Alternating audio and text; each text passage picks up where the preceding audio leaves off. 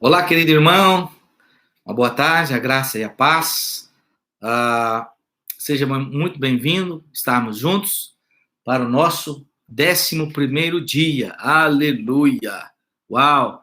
Grande bênção poder estar compartilhando todos esses dias, né? Nós já estamos passando aqui a metade da margem, 21 dias para passar outra margem. Hoje é o nosso 11º dia e também no nosso 21 minutos de reflexão e de devocional nessa tarde. Nosso capítulo de hoje fala de a unção no discipulado. Há uma unção no discipulado. E por isso eu quero compartilhar com você. Vamos orar ao Senhor nesse momento. Senhor bendito e Pai, santo, querido, amado. Obrigado, Senhor, pela tua bondade, favor e pela tua graça para conosco. Mais uma vez, obrigado pela oportunidade desses irmãos que estão assistindo agora, que o Senhor venha nos edificar com a tua palavra. Nossa oração, com toda a liberdade, o Espírito Santo nos instrui a toda a verdade, pois tu és a verdade. É a nossa oração em nome de Jesus. Amém? Eu quero ler um texto com você aqui, Evangelho de Lucas, no capítulo 6, versículo 12 e 13, diz assim: Naqueles dias, orar a Deus. Quando nasceu o dia, convocou os seus discípulos e escolheu 12 entre eles, os quais deu o nome de apóstolo. Interessante. A Bíblia diz que Jesus, antecedendo a escolha dos apóstolos, nós vemos mais uma decisão, Jesus foi orar. Jesus foi ao monte para fazer essa oração. E a Bíblia diz aqui no texto que eu acabei de ler com você, de Lucas 6, verso 12, que ele passou a noite inteira a orar a Deus. E aí, quando então amanheceu o dia, que ele desceu, o Pai já tinha revelado para ele, porque ele diz, os 12 que ele haveria de escolher. Então, ele escolheu e deu os nomes de apóstolo. Mais um exemplo de Jesus, de uma forma tão gloriosa, quando a igreja estava para nascer. Ele, no início do seu ministério, já que agora, ia estabelecer aqueles que haveriam de ser os apóstolos, qual ele deu o nome de apóstolos, os quais seriam as colunas, a referência que andariam com ele. E, com isso, começou-se um discipulado. Interessante. Por isso, esse capítulo eu chamo ele de a unção que há no discipulado. A unção no discipulado. De igual forma, naquele período de 3 anos e meio, nós sabemos que Jesus andou e teve o seu ministério a ser desenvolveu. Ele viu seus discípulos chegarem até a 3ª geração. A Bíblia relata dos seus 12, que aqui ele orou ao Pai para escolher. A Bíblia também descreve que ele enviou 70 discípulos de 2 a 2. E, por fim, quando as instruções finais, nos 40 dias que ele ficou aqui na terra, depois de ressuscitado, e antes de ser assunto ao céu, a Bíblia já faz menção de mais de 120 discípulos. Dentre essas instruções que ele dá aos 120, está incluso a grande comissão, referindo à igreja que ainda haveria de nascer, com o envio do Espírito Santo, que se deu 10 dias após ele ser assunto aos céus, após os 40 dias que ele já havia estado aqui na terra, depois de ressuscitar. Somado aos 10 dias depois de ter sido assunto aos céus, ele envia, então, o Consolador. Jesus, antes de subir ao céu, ele deu a seguinte ordem. O ide, e está no imperativo essa ordem de Jesus, a comissão da igreja. Mateus 28, 19 diz: Portanto, discípulos de todas as nações, batizando-os em nome do Pai, do Filho e do Espírito Santo, e fazei conhecido, como ele diz, a palavra, e batizando em nome do Pai, do Filho e do Espírito Santo. E ele, de uma forma tão enfática, é um versículo que nós conhecemos tanto e que essa aplicação correta com relação ao ide do Senhor é que eu chamo aqui do discipulado. Há uma unção nesse discipulado. É muito comum a gente ver as pessoas falar com relação ao ide e por que Jesus ordenou o ide. É a tarefa da igreja. Normalmente, quando se interpreta esse versículo, tem uma interpretação, às vezes, equivocada. A ênfase é colocada sempre no ide. E o mesmo acontece com a passagem que nós vemos em Marcos, onde geralmente é destacado o ide por todo mundo. Está lá em Marcos 16, 15, que fala são os evangelhos sinóticos. Esse texto também é abordado, é o mesmo texto de Marcos. Eu nunca tinha visto o problema nessa interpretação, de colocar a ênfase no ide.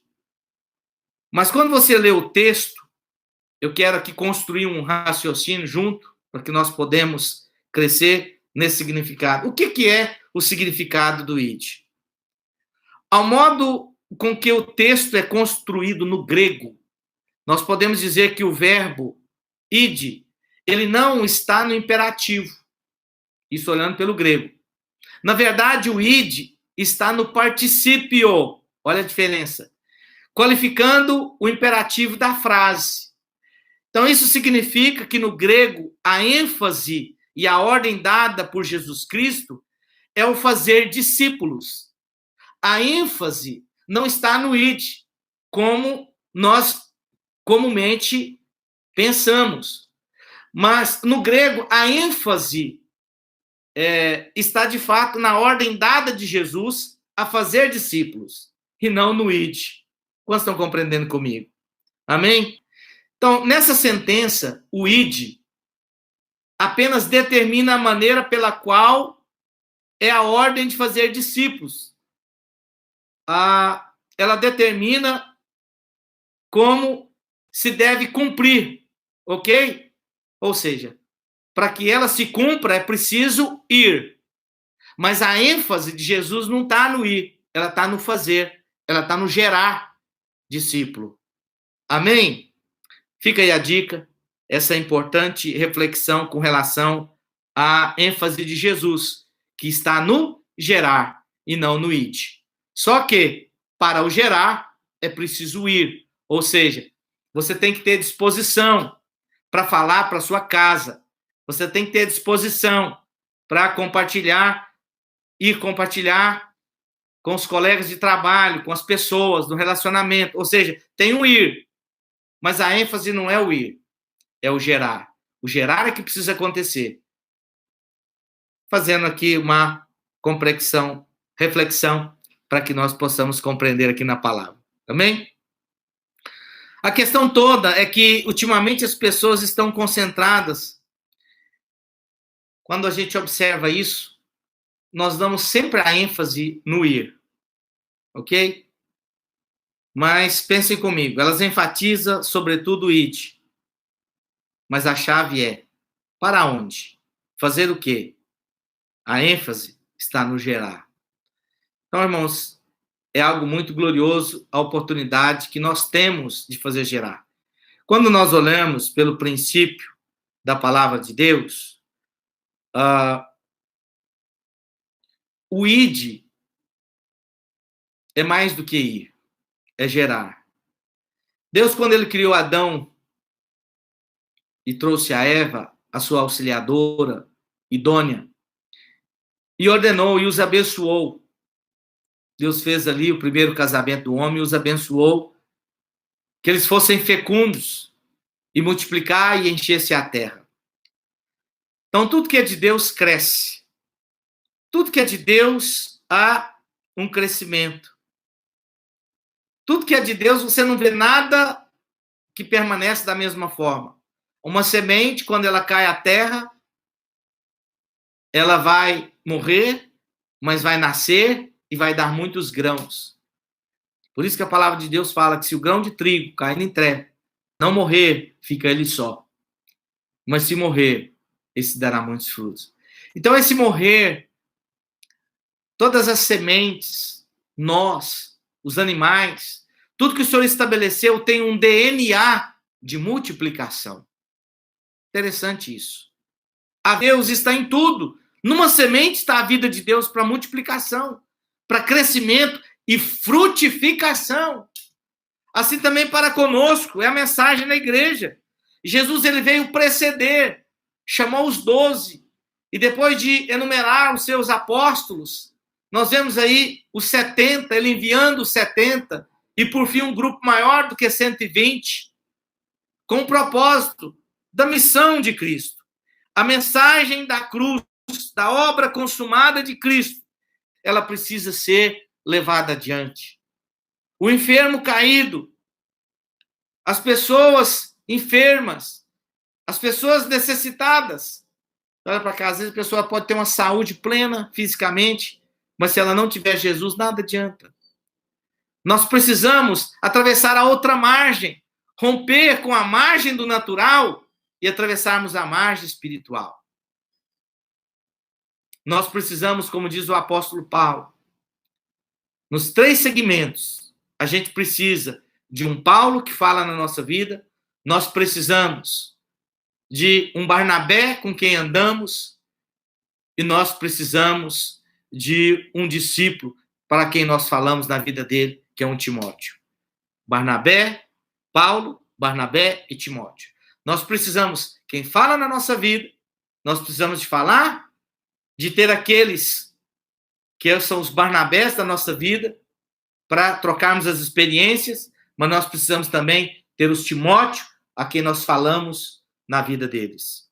São esses 3 níveis que é necessário. Louvado seja Deus.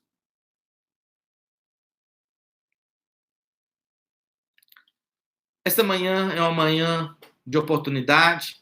Eu tive encontrando com pessoas no nosso devocional nessa manhã, no dia de hoje, e na oração, e muitos irmãos dando testemunho do apelo evangelístico, da palavra evangelística no final das lives.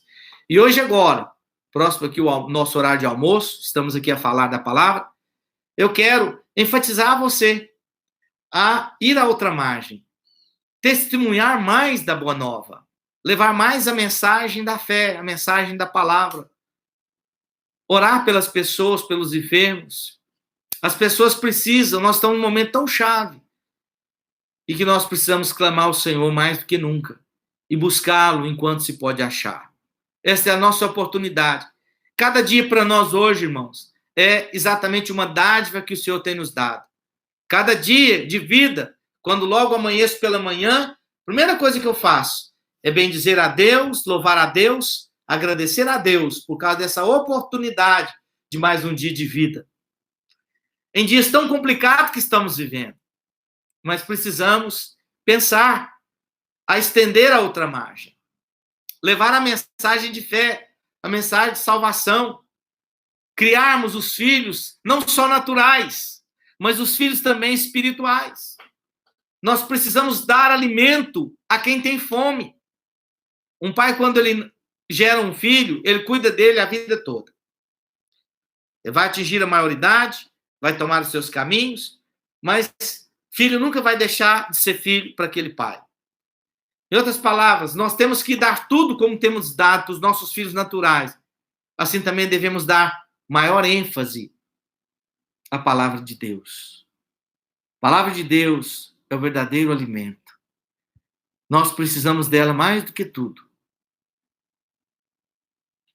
Muitas vezes nós estamos fazendo a obra social e ela é tão importante quanto, mas não mais do que a obra espiritual.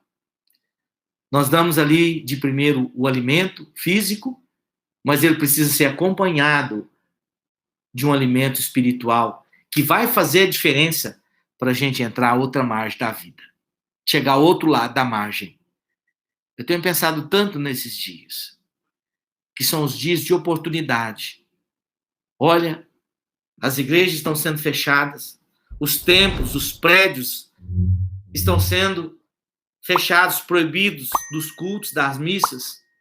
Mas como diz o nosso pastor, Azemar, Logo mais ele vai estar numa live com mais um pastor, como tem sido poderosa nesses dias, logo mais à noite. Como ele tem dito sempre, ajustar, mas não parar. E aí estamos aqui por meio das mídias sociais, compartilhando da palavra, que comumente não era tanto assim. Uma gravação ou outra, uma ministração ou outra, estava lá e pronto. Agora não, são todos os dias. Até nesse jejum está sendo uma experiência gloriosa para nós, de podermos estarmos 21 dias na parte da manhã, cada pastor, cada obreiro, orando juntamente com você aqui, pelo canal do YouTube, pelos alvos, pelo desafio diário. E agora, por volta desse horário do almoço, do meio-dia, nós estamos compartilhando 21 minutos de uma reflexão do capítulo do livro do nosso jejum à outra margem. E logo no encerrar de cada dia à noite, tem mais uma live poderosa do pastor de 1 hora, uma duração, com um outro pastor compartilhando, trazendo edificação, não só para nós, mas para o corpo da igreja presencial, que estamos nos lares, que estão nas casas, que atravessa fronteiras, que vai além dos continentes, a oração, a devocional, a palavra compartilhada por meio dos canais que não tem limite e que vai às nações todas, mundo afora. Isso é muito glorioso.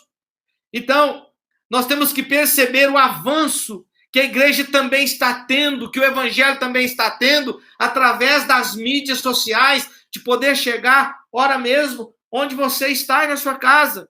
Se é aqui em Minas Gerais, se é no Brasil, ou se é fora do país. Louvado seja Deus por essa oportunidade, como diz o nosso pastor. Nós temos que ver e fazer da crise uma oportunidade melhor para que o evangelho da graça de Deus possa ser mais anunciado. Eu fico tão feliz de poder, nem que seja 21 minutos, compartilhar aqui com você ao vivo essa palavra de Deus. Continue me enviando as mensagens para conosco, continue compartilhando seus testemunhos, como hoje de manhã, na oração. Quantos irmãos compartilhando de que Deus tem tocado e essa palavra tem chegado no momento certo, como resposta de oração. Então, muito nos alegramos de poder estar aqui sendo incentivadores uns aos outros, para que podemos avançar e atravessar outra margem. Há tantos familiares, parentes, amigos, pessoas que ainda não fizeram essa escolha e que precisamos mostrar para eles que esta é a melhor e a maior escolha, que esta é a escolha que maior nos importa, pois é ela que se salva, é ela que nos salva. E a maior salvação é a salvação da alma, ou seja, do nosso espírito, ok? E muitas pessoas têm olhado de um outro entendimento, das igrejas sendo fechadas. É lógico, não gostaríamos, mas estamos nos adaptando para trazer a palavra para você em todo o tempo. Humildade lá no mundo é fraqueza, mas diante de Deus, força. Talvez você está aqui hoje se sentindo fraco, se sentindo deixado de lado, mas Deus está te levantando aqui hoje para te levantar. Deus está te levantando aqui para te levantar. Há uma redundância, pois é, mas é isso mesmo. É uma promoção, é vida, sobrevida. Deus está te levantando a te levantar definitivamente, a te restaurar definitivamente. Então o Senhor se importa com a sua causa. O Senhor se importa antes da sua causa. Ele importa com você. E importa com sua casa. Que Deus abençoe o seu dia plenamente, como já foi essa manhã, agora na parte da tarde, à noite, com uma live poderosa com o nosso pastor. Eu quero agradecer a Deus por mais essa live, onde nós aprendemos que a ênfase do Senhor Jesus no grego, ela não está no ir, mas ela está no gerar. Há uma unção no discipulado. Como Jesus transmitiu, por isso nós somos uma igreja em célula, que também temos essa unção, percebemos essa unção na Bíblia e praticamos porque temos essa unção no gerar. Temos esse encargo de trilhar o caminho do vencedor. Amém? Vamos orar. Pai, nesta manhã, obrigado pela oportunidade e agora que o Senhor nos concedeu, por volta do almoço, neste momento, nós estamos almoçando aqui a palavra do Senhor em primeiro lugar. Estaremos alimentando da sua palavra poderosa primeiro, para depois nós termos o nosso almoço natural. Senhor, obrigado pela vida desses irmãos que compartilharam comigo, conosco, por esta palavra, por meio dela, o qual o Senhor nos edificou. Eu quero orar por você agora. Pai, em nome de Jesus, coloque suas duas mãos no seu coração e diga comigo: Senhor Jesus, eu entrego a minha vida nas tuas mãos, creio, te confesso e recebo como único Senhor e Salvador da minha vida. Apague os meus pecados, lançando eles no mar do esquecimento, e a partir de hoje eu sou teu, escrevendo meu novo nome no livro da vida. Amém. Pai, em nome de Jesus, essa oração nós ligamos agora e unimos a nossa fé e da autoridade do nome do Senhor Jesus. Ligamos na terra e ligamos no céu no nome de Jesus. Muito obrigado pela sua participação, estarmos conosco. Que o Senhor continue nos dando graça no decorrer desse dia e até amanhã, se o Senhor assim permitir. Até lá.